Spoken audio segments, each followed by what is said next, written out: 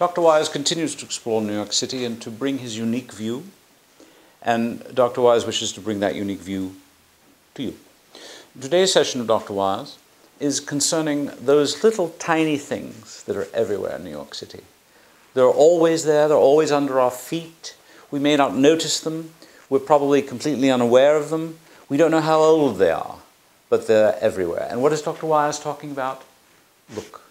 Look at this street scene. What do you see on every sidewalk? Here, look, we see it there, we see it there. All of these little splotches.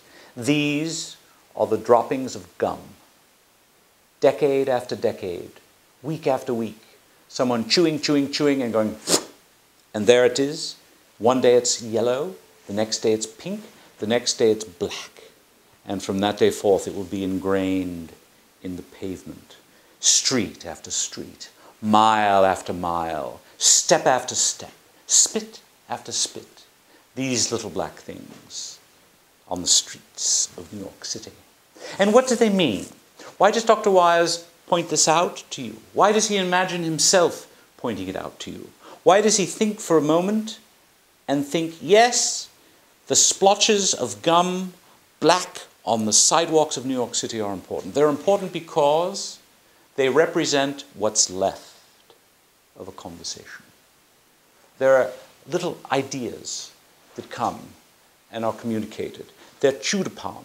They're mulled over. They're part of the, shall we say, the digestion of the mind, where as if in one's mind, in one's mouth, to extend the metaphor, one chews and chews and chews and thinks and takes perspectives and goes back and forth and thinks new things, has an idea, has another idea, transforms the idea, and ultimately the idea is finished, and so it goes to the ground and turns black. But it's there. It doesn't go away. So even if you've stopped thinking of the idea, it hasn't gone away. The idea is still present because, you see, it's left its mark. It's left its mark not only on your mind, but on the greater substrate of the world in its entirety. On the greater substrate of the world in its entirety. Every idea leaves its mark, a little black, hardened spot on the world. So the next time you have an idea, you should think about this. And you should think about the impact. You can think of it as, what's the word when you throw something out? Litter.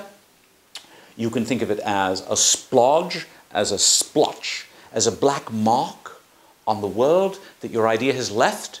You can think of it as negative, or you can think of it as a positive, or, as Dr. Wise prefers, never to be judgmental, you can think of it as an inevitability, as a consequence of having an idea.